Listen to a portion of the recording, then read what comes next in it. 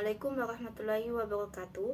Perkenalkan, nama saya Adila Rahmadani dengan NIM 2211004. Saya dari kelas PAI 2A dengan prodi Pendidikan Agama Islam. Di sini saya ingin menyampaikan beberapa materi yang telah ditugaskan oleh Bapak Edi Waluyo selaku dosen pengampu tafsir pendidikan. Di sini saya ingin menyampaikan beberapa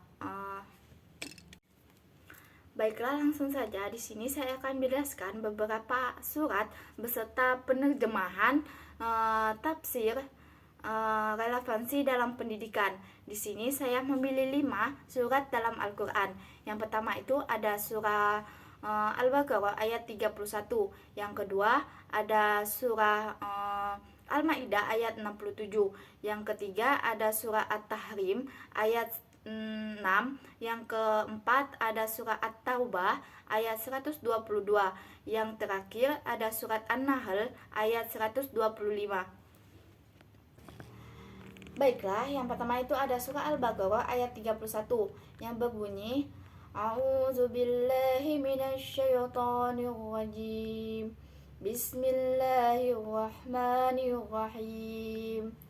وعلم آدم الأسماء كلها ثم أرسلهم على الملائكة فقال أنبئوني بأسماء هؤلاء إن كنتم صادقين, yang artinya, dan dia ajarkan kepada Adam nama-nama atau benda semuanya. Kemudian dia diperlihatkan kepada para malaikat secara berfirman, sebutkan kepadaku nama semua atau benda ini jika kamu yang berani. Baiklah, di sini saya akan menjelaskan tafsir dari surah Al-Baqarah ayat 31 yang berbunyi, Imam Ibnu Katsir dalam karyanya Tafsirul Quranil Azim menjelaskan surah Al-Baqarah ayat 31 merupakan sebuah petunjuk di mana Allah menyebutkan kemuliaan bangsa Adam dibandingkan jenis malaikat atas keistimewaan pengetahuan, nama-nama segala benda yang tidak diketahui oleh bangsa lainnya. Peristiwa ini pula, kata Imam Ibnu Katsir, terjadi setelah malaikat sujud kepada Adam alaihissalam.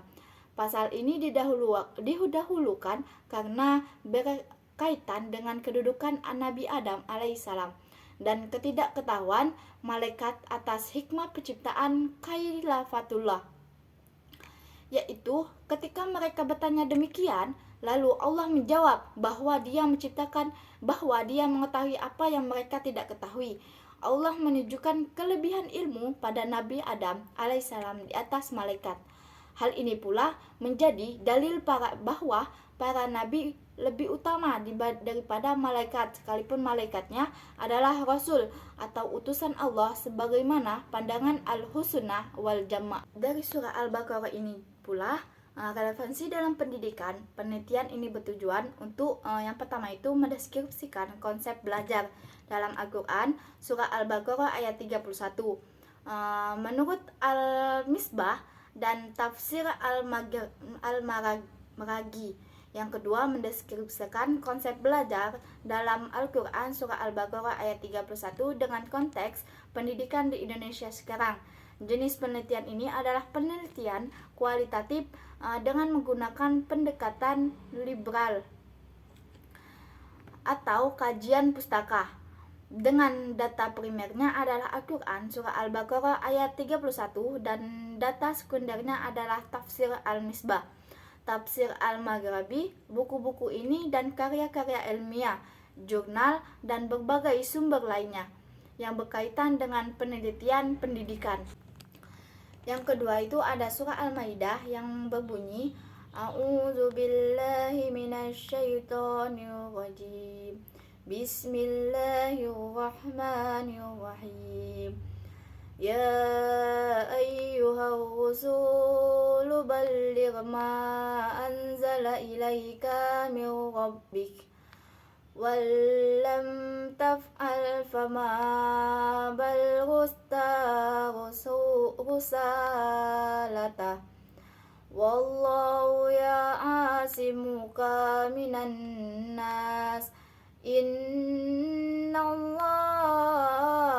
la yahdil qaumal kafirin. Artinya, wahai Rasul, sampaikanlah apa yang diturunkan ke Tuhanmu kepadamu. Jika engkau lakukan atau apa yang diperintah itu, berarti engkau tidak menyampaikan amanatnya, dan Allah memelihara engkau dari gangguan manusia. Sungguh, Allah tidak memberi petunjuk kepada orang-orang kafir. Dalam tafsir Al-Munir yang dituliskan oleh Wahba Az-Zuzaili mengatakan bahwa ayat ini berisi mengenai jawaban atas penilaian orang-orang yang mengatakan bahwa Nabi Muhammad SAW menyembunyikan sesuatu dari perkara agama dengan tujuan takiyah atau melindungi diri. Selain itu pula, ayat ini juga menjadi dalil menunjukkan kekeliruan pandangan seperti yang dikemukakan oleh golongan Ar-Rafidah. Quraisy Shihab dalam tafsirnya berpendapat bahwa ayat ini merupakan janji dari Allah kepada Nabi Muhammad SAW bahwa ia akan dipelihara Allah dari gangguan dan tipu daya orang-orang Yahudi dan Nasrani. Tahir bin Asyur juga mengatakan bahwa ayat ini berupa peringatan kepada Rasulullah agar menyampaikan ajaran agama tanpa menghiraukan kritik dan ancaman yang ada. Dalam tafsir Al-Azhar dijelaskan bahwa surah Al-Maidah ayat 67 ini sebagai salah satu ayat bahwa Allah tidak pernah menyeru Nabi langsung dengan nama, melainkan dengan sebutan tugas dan jabatannya saja, yaitu secara tegas ayat ini berisi perintah dari Allah bahwasanya segala wahyu yang telah diturunkan Allah hendaklah beliau sampaikan kepada umat. Imam Al-Qutubi dalam tafsir menjelaskan bahwa artinya dari kata bihar adalah menyampaikan amanah kepada masyarakat secara terang-terangan. Baiklah, yang ketiga itu ada surah At-Tahrim ayat 6 yang berbunyi A'udzu billahi minasyaitonir rajim. Bismillahirrahmanirrahim.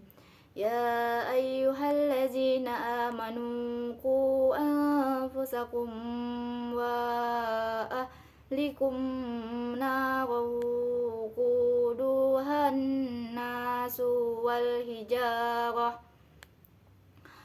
'alaiha malaikatu ghilazza shidadan la ya'sunallaha ma amrahum wa yaf'aluna ma yu'marun. Yang artinya, wahai orang-orang yang beriman, peliharalah dirimu dan keluargamu dari api neraka yang bahan bakarnya adalah manusia dan batu. Penjaganya malaikat-malaikat yang kasar dan keras, yang tidak durhaka kepada Allah terhadap apa yang Dia perintahkan kepada mereka dan selalu mengerjakan apa yang diperintahkan. Ayat ini merupakan paragraf baru dalam surah ini. Namun tentunya ayat ini masih berkaitan dengan ayat-ayat sebelumnya yang menjelaskan tentang bagaimana Allah Subhanahu wa taala menegur kedua istri Nabi Shallallahu alaihi wasallam yang melakukan kesalahan, yaitu Aisyah dan Hafsah, sehingga ini menunjukkan bahwa nasihat yang disampaikan Allah Subhanahu wa taala kepada keluarga Nabi Shallallahu alaihi wasallam juga merupakan nasihat bagi kaum mukminin secara umum. Karena setelah Allah berbicara tentang keluarga Nabi Shallallahu alaihi wasallam, Allah Subhanahu wa taala kemudian melanjutkan firman-Nya dengan memanggil orang-orang yang beriman. Relevansi dari surah At-Tahrim ini, Quran surah Al-Tahrim ayat 6, Allah menjelaskan memerintahkan kepada orang yang beriman untuk memelihara diri sendiri dan keluarga dari api neraka. Di antara cahayanya adalah dengan memberikan pendidikan terbaik bagi putra dan putrinya. Dengan pendidikan orang akan memperoleh ilmu dan ilmu dapat menjadi cahaya bagi pemiliknya.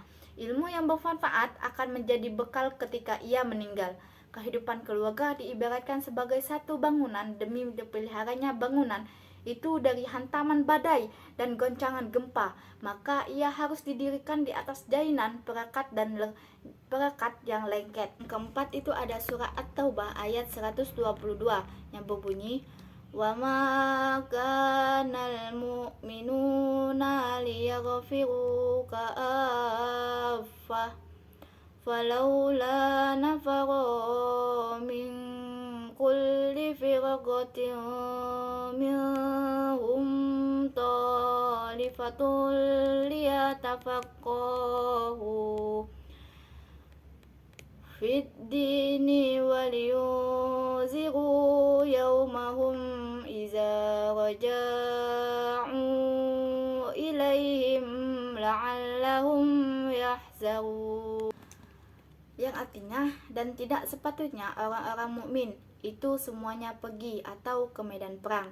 Mengapa sebagian dan setiap golongan di antara mereka tidak pergi untuk memperdalam pengetahuan agama mereka dan untuk memberi peringatan kepada kaumnya jika mereka telah kembali agar mereka dapat menjaga dirinya. Tafsir dari surah At-Taubah ayat 122 ini, tatkala kaum mukminin dicela oleh Allah Subhanahu wa taala bila tidak ikut ke medan perang. Kemudian Nabi mengirimkan syariahnya. Akhirnya mereka berangkat ke medan perang semua tanpa ada seorang pun yang tertinggal. Maka turunlah firman-Nya berikut ini. Tidak sepatutnya bagi orang-orang yang mukmin dipergi medan perang atau semuanya, mengapa tidak pergi dan tiap golongan suatu kabilah di antara mereka beberapa golongan saja, kemudian sisanya tetap tinggal di tempat untuk memperdalam pengetahuan mereka, yakni tempat tinggal di tempat mengenai agama dan untuk memberi peringatan kepada kaumnya apabila mereka telah kembali kepadanya. Dan dari medan perang ini, yaitu dengan mengajarkan kepada mereka hukum-hukum agama yang telah dipelajarinya, supaya mereka itu dapat menjaga dirinya dari siksaan Allah, yaitu dengan melaksanakan perintahnya dan menjauhi larangannya. Relevansi dari surah At-Taubah ayat 120 ini, menurut para musafir mengatakan bahwa Quran surat At-Taubah ayat 122 memberikan isyarat tentang kewajiban memperdalam ilmu tentang agama dan memahami rahasia-rahasianya, lalu berusaha keras untuk memahami agama yang wahyunya turun kepada Rasulullah SAW, lalu menerapkan ilmu sebagai petunjuk bagi sesama manusia. Baiklah, yang terakhir itu ada surah An-Nahl ayat 125 yang berbunyi, A'udzu billahi minasyaitonir rajim. Bismillahirrahmanirrahim. Ad'u ila sabili rabbika bil hikmati wal mau'izatil hasanah wajadillahum billati hiya ahsan. Inna rabbika huwa a'lamu biman shalla an sabili wa huwa a'lamu bil muhtadin. Yang artinya, seruhlah atau manusia kepada jalan Tuhanmu dengan hikmah dan pengajaran yang baik, dan berdebatlah dengan mereka dengan cara yang baik. Sesungguhnya Tuhanmu dialah yang lebih mengetahui siapa yang sesat dari jalannya, dan dialah yang lebih mengetahui siapa yang mendapat petunjuk. Tafsir dari surah An-Nahl ayat 122 ini, Yang Maha Kuasa mengatakan ingatannya tentang Nabi Muhammad. Semoga doa dan damai Allah besertanya, atau panggil, ya Muhammad, kepada siapapun Tuhan mengirimmu dengan memohon kepatuhannya atau ke jalan Tuhanmu. Dia berkata, untuk hukum Tuhanmu yang dia undang untuk ciptaannya, yaitu Islam dengan kebijakan atau kebijaksanaan. Dia mengatakan dengan wahyu Allah bahwa dia mengungkapkan kepadamu dan kitabnya yang diturunkan kepadamu, dan dia sehat dan nasihat yang baik. Dia mengatakan dengan pelajaran indah bahwa Allah membuat argumen terhadap mereka dalam kitabnya dan mengingatkan mereka tentang mereka dalam wahyunya, seperti yang dia sebutkan terhadap mereka dalam surah argumen ini, dan mengingatkan tentang apa yang mereka sebutkan sebagai kepada mereka tentang hukumannya ayat dan berdebat dengan mereka dengan cara yang lebih baik. Dia mengatakan, dan dia berdebat dengan mereka dengan diskon yang baik, yang lebih baik, atau respon yang lebih baik. Selain itu, Anda memaafkan kerugian yang mereka timbulkan untuk kehormatan Anda, dan jangan mendurhakai diri dalam memenuhi Anda kewajiban menyampaikan kepada mereka risahlah Tuhanmu dan tentang yang kami katakan orang-orang yang berprestasi. Relevansi pendidikan dari surah An-Nahl ayat 125 ini, hasil penelitian menunjukkan bahwa konsep pendidikan yang terkandung dalam Al-Quran surat An-Nahl ayat 125 setelah menelaah surat An-Nahl ayat 125 bisa disimpulkan bahwa konsep pendidikan yang terdapat pada ayat ini adalah dalam menyampaikan materi pembelajaran harus disampaikan dengan bahasa yang mudah dipahami. Baiklah, itu saja yang dapat saya sampaikan. Semoga bermanfaat untuk kalian semua. Apabila ada kata-kata yang salah, saya mohon maaf. Kepada Allah saya mohon ampun. Saya akhiri. Wabillahi taufiq wal hidayah. Wassalamualaikum warahmatullahi wabarakatuh. Terima kasih.